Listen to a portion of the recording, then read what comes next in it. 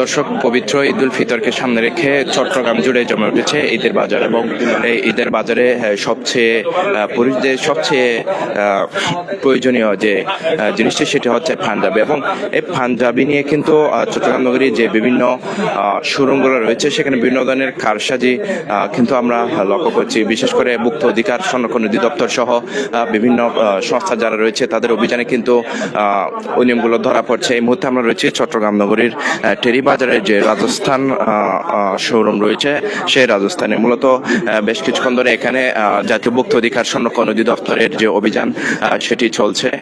এবং এখানে ভুক্ত অধিদপ্তর সংরক্ষণ অধিদপ্তরের যে কর্মকর্তা রয়েছেন তারা পাঞ্জাবি রাষ্ট্র কর্তৃপক্ষের কথা বলছেন। মূলত দেশীয় পাঞ্জাবিকে বিদেশি বলে বিক্রির অভিযোগে এখন পর্যন্ত 1 লাখ টাকা জরিমানা করা হয়েছে। এবং এখানে পাশাপাশি টেরিবাজার ব্যবসায়ী কল্যাণ সমিতির নেতৃবৃন্দরাও এখানে রয়েছেন। এবং আপনারা জানেন এই রাজস্থান কিন্তু চট্টগ্রাম সহ সারা দেশে পাঞ্জাবির একটি নামি দামি ব্র্যান্ড হিসেবে পরিচিত। এবং ক্রেতারা যারা রয়েছেন তারা হামেশাই এই দোকান থেকে কিন্তু তাদের পছন্দের পাঞ্জাবি বিক্রি করেন, যেহেতু এই পাঞ্জাবির একটি কদর রয়েছে ভারতীয় পাঞ্জাবি হিসেবে।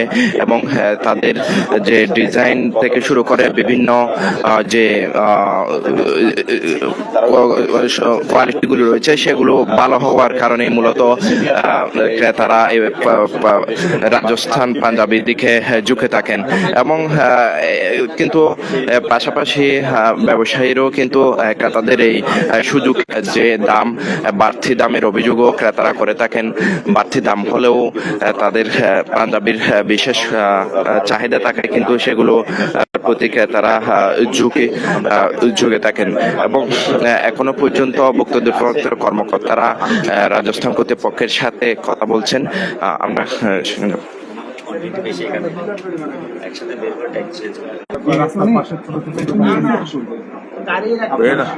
আমাদের সময় যাচ্ছে। আচ্ছা ঠিক আছে, আপনারা আসেন। না, আমি আপনার সাথে না, আপনি আসেন, আমাকে সময় দিতে হবে। আমার সরকারি কাজ, আমার তো সরকার বেতন দেয়, আমি থাকবো আমার সুন্দর করে টাকা রাখতে বাজারে। এখন আপনাকে হাত পর্যন্ত নিয়ে যাবো। না না, আমারে নিয়ে যাবে না, আমি যেদিকে যাই সেদিকে আমিও সেদিক দিয়ে যাবো।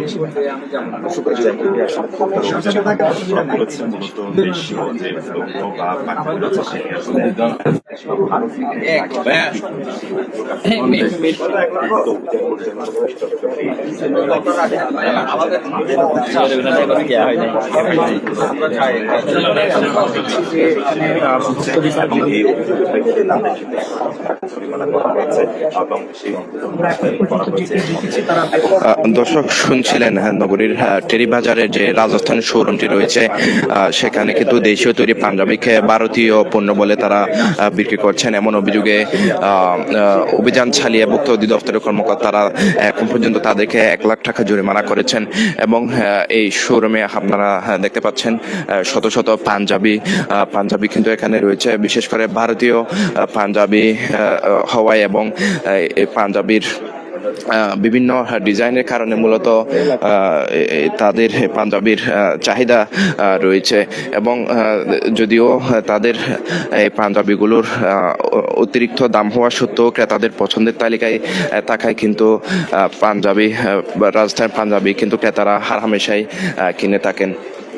এবং যদিও ক্রেতাদের এই সুযোগকে কাজে লাগিয়ে অনেক ব্যবসায়ীরা মূলত কারসাজি করে দেশীয় পাঞ্জাবিকে বিদেশি ভারতীয় সহ বিভিন্ন পাঞ্জাবি বলে তারা বিক্রি করে থাকেন। এবং এই অভিযোগে কিন্তু ইতিমধ্যে রাজস্থানকে 1 লাখ টাকা জরিমানা করা হয়েছে। এবং এখনো পর্যন্ত ভুক্ত অধিদপ্তরের অভিযান সেটি চলছে। এবং একটু কথা বলার শোনার চেষ্টা করবো যে আসলে কথা বলছেন ভুক্ত উপপরিচালক। এই যে ওনার চক্রাকারে ঘোরা, যে একবার এক কথা বলা আবার সেই কথা থেকে ফিরে আসা, এটা আসলে ওনার সুবিধাজনক অবস্থান বিবেচনা করে উনি করছেন। কিন্তু কাস্টমার এতে কিন্তু ক্ষতিগ্রস্ত হওয়ার সম্ভাবনা কাস্টমারের জন্য এটা তৈরি হয়ে যাচ্ছে। তো আমরা ওনাদেরকে সতর্ক করেছি, সতর্কতামূলক একটা জরিমানা করেছি। একটু বলে রাখি, এর আগেও আমরা তাদেরকে তদারকি করেছি, সতর্কও করেছি, জরিমানা করি না এরকমও হয়েছে, আবার সতর্কও করেছি শুধু যে আপনারা এই অসঙ্গতিগুলি ঠিক করবেন। আমদানিকৃত যদি পোশাক হয় সেটার সাথে সঙ্গতি রেখে মূল্যটা হবে। আমাদের দেশেরও ভালো পোশাক হতে পারে, সেটার মূল্য উনি নির্ধারণ করবেন। ভালো পোশাকের যদি এটার কোয়ালিটি না, এখানে আরো প্রতিষ্ঠান আছে, সবাই যেন সতর্ক হয়। আমরা চাই, সরকার চায় না কোনোভাবে জরিমানা করতে, কিন্তু আমরা একটা স্বচ্ছতা চাই। আমরা স্বচ্ছতা চাই যে এটা তাদের জন্য এবং আমাদের জন্য। আমাদের এমন হবে কেন যে আমরা ঘাটে ঘাটে আমাদের অস্বচ্ছতা এরকম কেন হবে? এটা একটা পাঞ্জাবির মধ্যেই এটা মেড ইন বাংলাদেশ, কিন্তু এটারে মেড ইন ইন্ডিয়া বলে কেন বিক্রি হবে? আসবে আমাদের দেশের পোশাক যেটা একটু মান ভালো, এটা তারা নিশ্চয়ই বুঝবে যে এটার মান ভালো, কাস্টমারও সেটা বুঝবে, সেই অনুসারে তারা মূল্য পে করবে। আমাদের দেশের পোশাক তো ইউরোপে যায়, আমেরিকায় যায়, ওটা তো অনেক দামি। তারা আমাদের পোশাকের দাম হতে পারে না, হতে পারে, তারা সেভাবেই মেনটেন করবে। রাজস্থানে এই যে পোশাকি দর্শক, কথা বলছেন টেরিবাজার ব্যবসায়িক কল্যাণ সমিতির সভাপতি আব্দুল মান্নান। তার কথা শোনার চেষ্টা। ভুল ত্রুটি থাকতে পারে, সেই জন্য আমরাও সমিতির পক্ষ থেকে আমরা সরি বলেছি তাদেরকে। আমরা এটা ভুক্তভোগী হয় সেক্ষেত্রে আপনাদেরকে কিভাবে? আসলে এখানে টেরিবাজার ব্যবসায়ী সমিতি যে কোনো সমস্যা হলে সাথে সাথে আমরা সেগুলো টেক ওভার আমরা করি। এরকম যদি কোনো কমপ্লেন আমরা এখনো পর্যন্ত পাই না। ক্রেতা সাধারণ এই অভিযোগটা আমাদের কাছে আনে নাই। যদি ক্রেতা সাধারণ আমাদেরকে বলতো তাহলে আমরা এইটার ব্যাপারে আমরা তাদেরকে কোয়ারি করতাম, তাদেরকে সতর্ক করতাম। আজকে আমরা যেটা দেখেছি সেটার ব্যাপারে আমরা তাদের সাথে কথা বলবো। ধন্যবাদ। দর্শক, শুনছিলেন মূলত কথা বলছিলেন টেরিবাজার ব্যবসা কল্যাণ সমিতির সভাপতি এম এ মান্নান।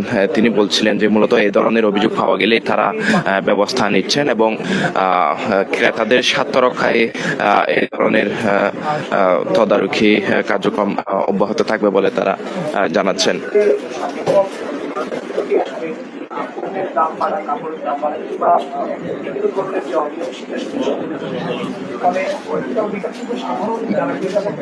একটু আপনার সাথে কথা বলার চেষ্টা করবেন, একটু জানাবেন যে মানে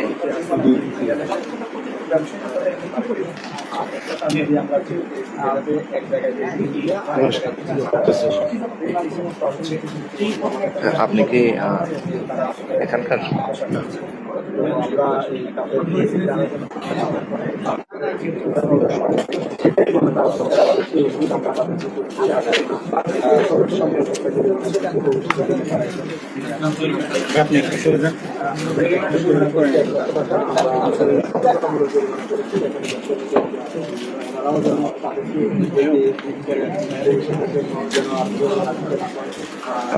দর্শক, দেখছিলেন যে রাজস্থানকে যে 1 লাখ টাকা জরিমানা করা হয়েছে সেটি ইতিমধ্যে আদায় করছেন কর্মকর্তারা এবং রাজস্থানের যে কর্তৃপক্ষের যারা রয়েছেন তারাও কিন্তু ইতিমধ্যে তাদের যে জরিমানা সেটি আদায় করছেন এবং যেহেতু এখানে দেশীয় পণ্য বিদেশি বলে বিক্রি করার প্রমাণ তারা পেয়েছেন এবং সেটি কিন্তু ইতিমধ্যে স্বীকার করেছেন।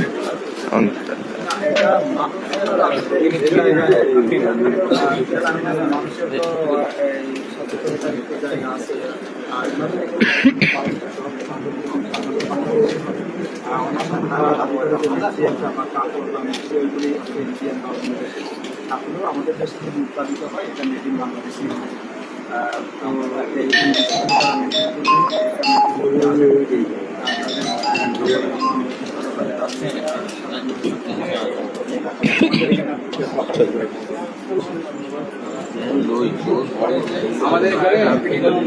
বললাম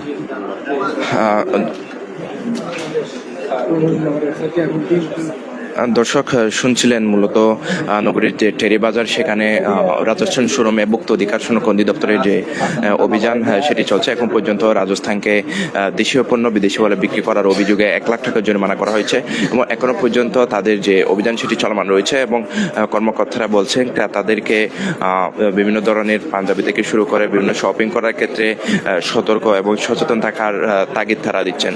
দর্শক, চট্টগ্রাম নগরীর রাজস্থান টেরিবাজার রাজস্থান থেকে এতটুকুই ছিল আমার কাছে খবরাখবর।